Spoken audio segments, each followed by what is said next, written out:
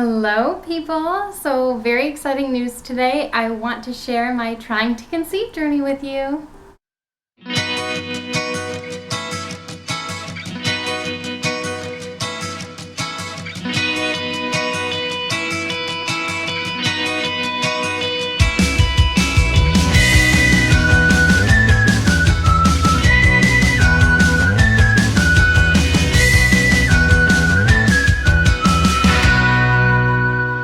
So first I'm going to show you all of the strips I did, the ovulation strips and then the pregnancy test strips. So I'll share that with you, and then I will discuss some things that I did differently this month that I haven't done in the past. Okay, so these are my strips, guys. Are you so excited? Yes, I peed on all of them. Okay, so March 11th, 2016 is when I started, is the 14 days past my period. And is there a line there? Not really, like you can't tell. These are my ovulation strips to see if I was ovulating. So we did the deed that night. 15 days past period, a teeny tiny line, so nothing. So this is 16 days past my period. We did the deed that night because you're supposed to do it every other day. And I thought, okay, maybe I'm ovulating, but then day 17 past my period. Definitely like it's the same deepness and color, so I was like, okay, I'm ovulating. So we did the deed. Next day it's a little lighter, just confirmed that that was my ovulation day, and we did the deed again following the sperm meets egg plan. You're supposed to do the deed for 3 days, and then following day took a test just for fun, 19 days post period, and the line was lighter, so that's good. So I definitely ovulated on day 17 post period. Average is like 15. So fast forward a few days, March 23rd, this is 9 days past ovulation. They say to start testing at like 8 days past ovulation, but I was like, frankly, I forgot. So whatever. Is that my hair? Get that out of here. Okay, so 9 days past ovulation. I tested in the morning, and as you can see, there's nothing. Oh, except for my hair again. As you can see, there's nothing. So then, what do I do? The next morning, yeah, 10 days past ovulation, I do another one, and nothing. So I was like, oh, great. Oh, you know how your mind is just like, it's not there this time. So 11 days past ovulation, I did it in the morning, and still nothing. So did I just do that strip? I don't know. No, I didn't. Okay, so this is 12 days past ovulation in the morning, and I was like, thought I was having line eyes. I was like, wait, is that something? And I was freaking out. So as you can see, my like strip is all banged up and stuff. So I took one later that night. This is, let me see, 12 days past ovulation in the PM, in the evening, and there's definitely like a line, and I know as you let them sit they get a little darker.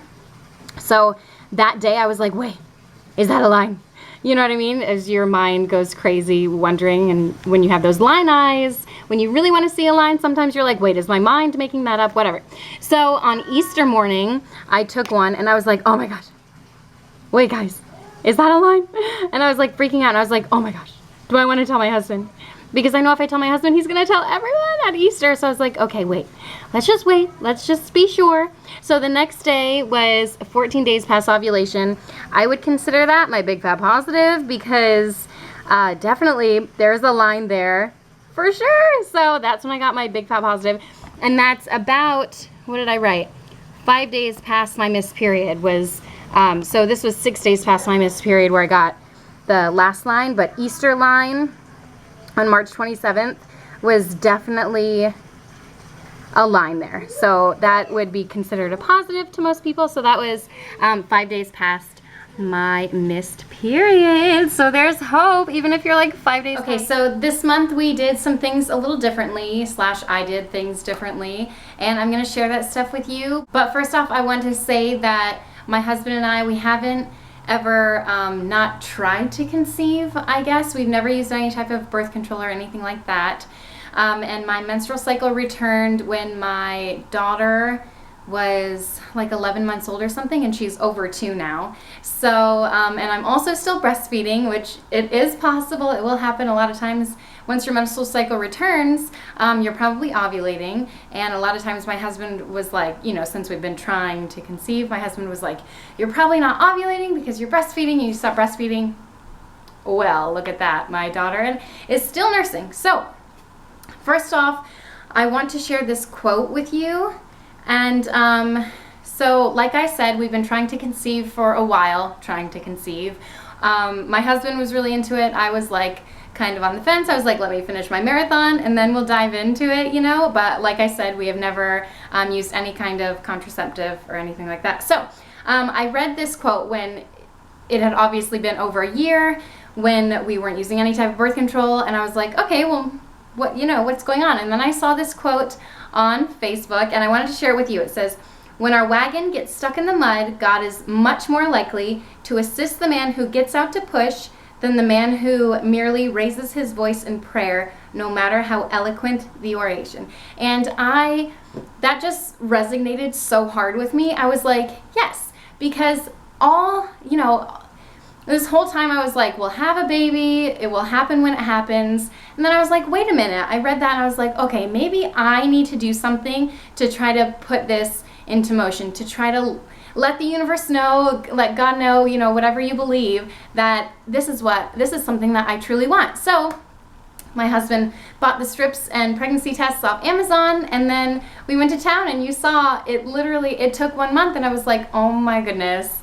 Crazy, right? Crazy. And it also might be that I only ovulate like one time a year, because all 3 of my babies now, 3 of them, holy crap. Okay, all 3 of my babies now will be born in November/December, like in the same month. So nutty. So apparently I only can conceive in the month of March.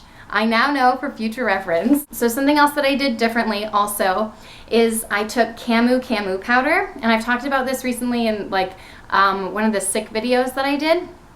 It is like an enormous amount of vitamin C. It's like over 1,000% of your daily dose of vitamin C, and I started taking that, and I read that it's, a lot of vitamin C is supposed to help you conceive, so I was like, hey, worth a shot, and I also combat some sickness along the way.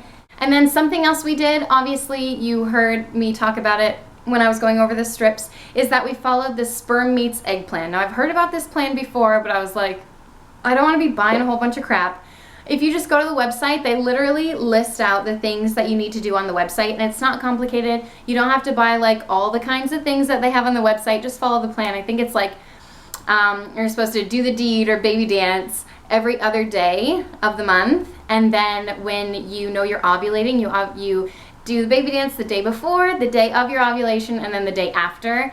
And I think the rest is just like every other day. So it's not complicated at all. It was super simple to follow. It really lists it right out on the website. So those are the 3 things, very simple things that I did differently this month that I haven't done before.